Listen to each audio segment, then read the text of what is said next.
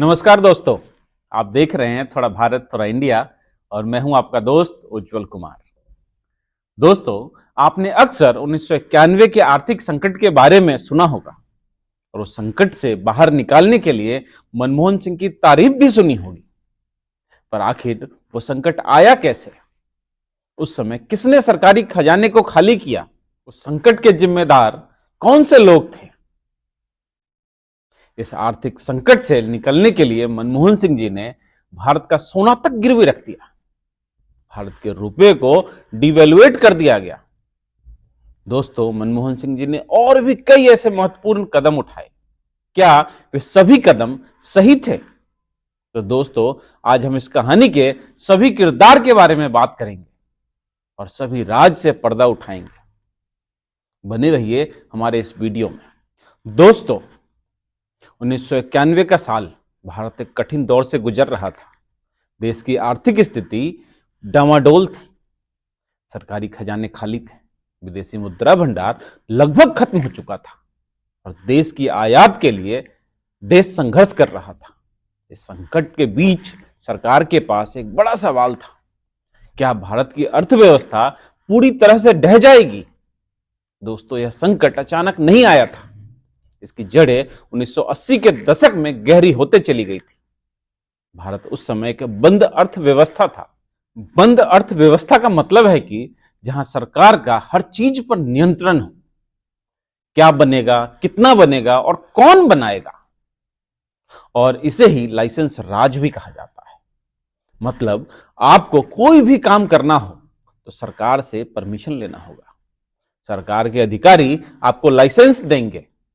उस समय सरकार ने कर्ज लेकर बड़े बड़े प्रोजेक्ट शुरू किए, लेकिन उन प्रोजेक्ट से फायदा कम और खर्चे ज्यादा हुए। बात और भी ज्यादा बिगड़ गई जब खाड़ी युद्ध शुरू हुआ। 90-91 में कच्चे तेल के दाम आसमान छूने लगे और भारत का आयात बिल और भी बढ़ गया। इसने संकट को और गहरा कर दिया। इस बीच विदेशी कर्ज चुकाने के लिए भारत के पास पैसे नहीं बचे। पूरे देश में हाहाकार मच गया। हमारे पास अब केवल 3 हफ्तों का विदेशी मुद्रा भंडार बचा हुआ है। यह खबर देश के हर कोने में गूंजने लगी। यह ऐसा समय था जब भारत को या तो एक बड़ा कदम उठाना था या आर्थिक दिवालियेपन का सामना करना था। ऐसे कठिन समय में प्रधानमंत्री पीवी नरसिम्हा राव ने वित्त मंत्री के रूप में मनमोहन सिंह को चुना। एक शांत और विनम्र व्यक्तित्व वाले मनमोहन सिंह को भारतीय अर्थव्यवस्था की गहरी समझ थी, लेकिन उनकी चुनौतियां किसी फिल्म के नायक से कम नहीं थी। पहली बैठक में मनमोहन सिंह ने एक सख्त फैसला लिया। उन्होंने कहा, हमें अर्थव्यवस्था खोलनी होगी, हमें अपने पुराने तरीके बदलने होंगे। इस बात का विरोध भी हुआ, पार्टी के अंदर भी और बाहर भी। पर मनमोहन सिंह अपने फैसलों को लेकर अडिग थे। मनमोहन सिंह और उनकी टीम ने ऐसे कदम उठाए जो पहले कभी नहीं सोचे गए थे। सबसे पहले उन्होंने रुपए को डिवैल्यूएट किया। क्या हम रुपयों की कीमत कम कर सकते हैं? यह सवाल संसद भवन में गर्म बहस का मुद्दा बन गया। रुपए का अवमूल्यन किया गया जिससे भारतीय निर्यात सस्ता हो सके और आयात महंगा। यह विदेशी मुद्रा भंडार बढ़ाने का एक साहसिक कदम था। यह पहली बार 1 जुलाई 1991 को रुपए की कीमत 9% कम की गई। दूसरी बार 3 जुलाई 1991 को रुपए की कीमत 11% कम की गई। इन दोनों अवमूल्यनों के बाद भारतीय रुपए की कीमत डॉलर के मुकाबले 17 रुपए 90 पैसे से घटकर 23 रुपए रह गई। यह कदम भारत के निर्यात को बढ़ावा देने और विदेशी मुद्रा भंडार में सुधार लाने के लिए उठाया गया था। दूसरा उपाय था सोना गिरवी रखना। एक ऐसा भी समय आया जब भारत को अंतर्राष्ट्रीय मुद्रा कोष IMF से कर्ज लेना पड़ा। इसके बदले सरकार को 67 टन सोना गिरवी रखना पड़ा। देश का विदेशी मुद्रा भंडार लगभग खत्म हो गया था और मई 1991 में भारतीय रिजर्व बैंक ने कुल 67 टन सोना, जिसमें से 20 टन सोना बैंक ऑफ इंग्लैंड लंदन को भेजा गया और 47 टन सोना स्विट्जरलैंड के बैंक में गिरवी रखा। इस प्रकार भारत ने IMF के संस्थाओं से लगभग $2.2 बिलियन का आपातकालीन ऋण लिया। उस समय भारत के पास सिर्फ 1.2 बिलियन विदेशी मुद्रा भंडार बचा था। जो मात्र 3 हफ्ते के आयात के लिए ही पर्याप्त था। तेल और आयात और अन्य आवश्यक वस्तुओं के भुगतान के लिए धन जुटाना जरूरी हो गया था। इस फैसले पर प्रतिक्रिया भी आना लाजमी था। सोना गिरवी रखने का निर्णय भावनात्मक और राजनीतिक रूप से विवादित था।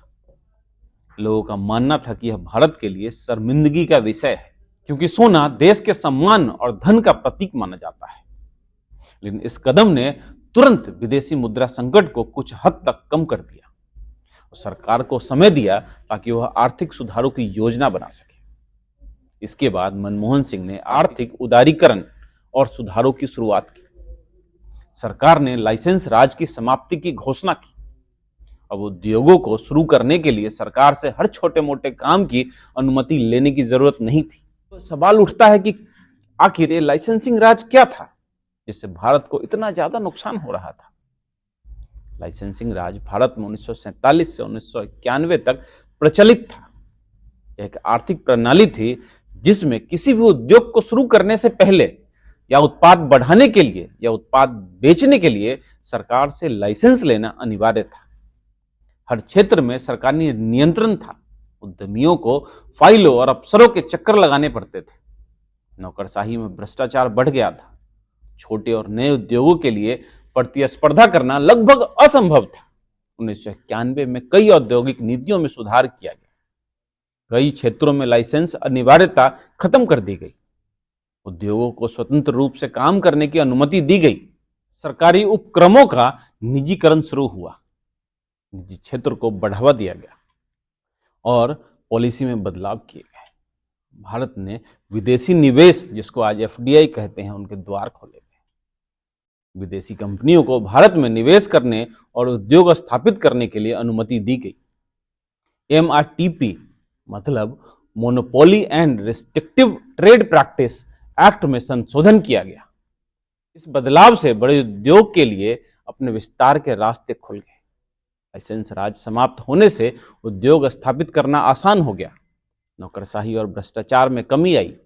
निजी कंपनियों ने तेजी से उद्योग बढ़ाए और रोजगार के नए अवसर बनने लगे। धीरे धीरे विदेशी निवेश में वृद्धि होने लगी। बहुराष्ट्रीय कंपनियों ने भारत में निवेश करना शुरू किया, जिससे तकनीक और नई तकनीक कुशलता का विकास हुआ। वहीं प्रोडक्शन में भी वृद्धि होना शुरू हुआ। निजीकरण के कारण बाजार में कंपटीशन बढ़ गई और बेहतर गुणवत्ता वाले उत्पाद उपलब्ध होने लगे।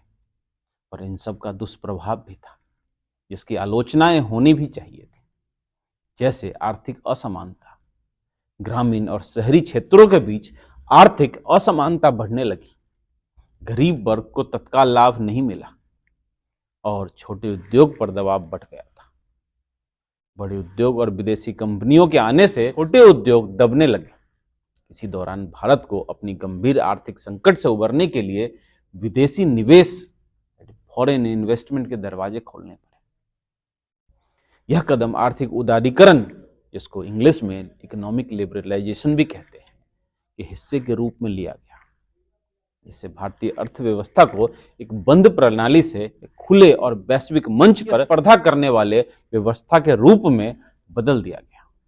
1947 से 1991 तक भारत एक समाजवादी अर्थव्यवस्था की राह पर था। यहाँ हर क्षेत्र पर सरकारी नियंत्रण था। विदेशी कंपनियों को भारत में निवेश करने की अनुमति बहुत मुश्किल से मिलती थी। निवेश के लिए कठोर नियम और लंबी प्रक्रिया और नौकरशाही की बाधाएं थी। एफडीआई का प्रतिशत भारतीय अर्थव्यवस्था में बेहद कम था। उसी समय वित्त मंत्री डॉक्टर मनमोहन सिंह और भारत के प्रधानमंत्री ने विदेशी निवेशकों के लिए नीति में बड़े बदलाव किए। एफडीआई, फॉरेन डायरेक्ट इन्वेस्टमेंट की अनुमति दी गई, जिससे भारत में विदेशी कंपनियों को विभिन्न क्षेत्रों में निवेश की अनुमति मिली। शुरुआत में 51% तक विदेशी स्वामित्व को छूट दी गई। बाद में कई क्षेत्रों में 100% एफडीआई की अनुमति भी मिली। पुराने विदेशी मुद्रा प्रबंधन अधिनियम, जिससे फेरा के नाम से भी जानते हैं, को बदला गया और उसे उदार बनाया गया। विदेशी मुद्रा के प्रवाह को और सुगम बनाया गया। विदेशी कंपनियों को भारत में अपनी तकनीक और प्रौद्योगिकी लगाने के लिए प्रोत्साहित किया गया। कई मल्टीनेशनल कंपनियों ने भारत में अपने व्यवसाय शुरू किए और मुक्त व्यापार नीति लागू की गई ताकि व्यापार में बाधाओं को कम किया जा सके। कई वस्तुओं और सेवाओं में आयात निर्यात की छूट दी गई। अब विदेशी निवेश के सकारात्मक प्रभाव भी दिखने लगे थे। धीरे धीरे अर्थव्यवस्था में सुधार होने लगा और विदेशी निवेश से भारतीय अर्थव्यवस्था में पूंजी का प्रवाह बढ़ा, जिससे आर्थिक संकट से उबरने में मदद मिली। रोजगार के अवसर भी बढ़े। विदेशी कंपनियों के आने से देश में बड़े पैमाने पर रोजगार का सृजन हुआ और नए उद्योग और व्यवसाय खड़े हुए। विदेशी कंपनियों ने अपनी आधुनिक तकनीक और प्रबंधन प्रणाली भारत लेकर आई। सूचना प्रौद्योगिकी और दूरसंचार क्षेत्र में भारी प्रगति हुई।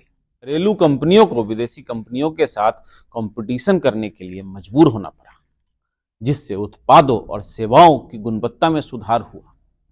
अब भारत एक आकर्षक निवेश का गंतव्य बन चुका था। धीरे धीरे संकट के बादल टलने लगे।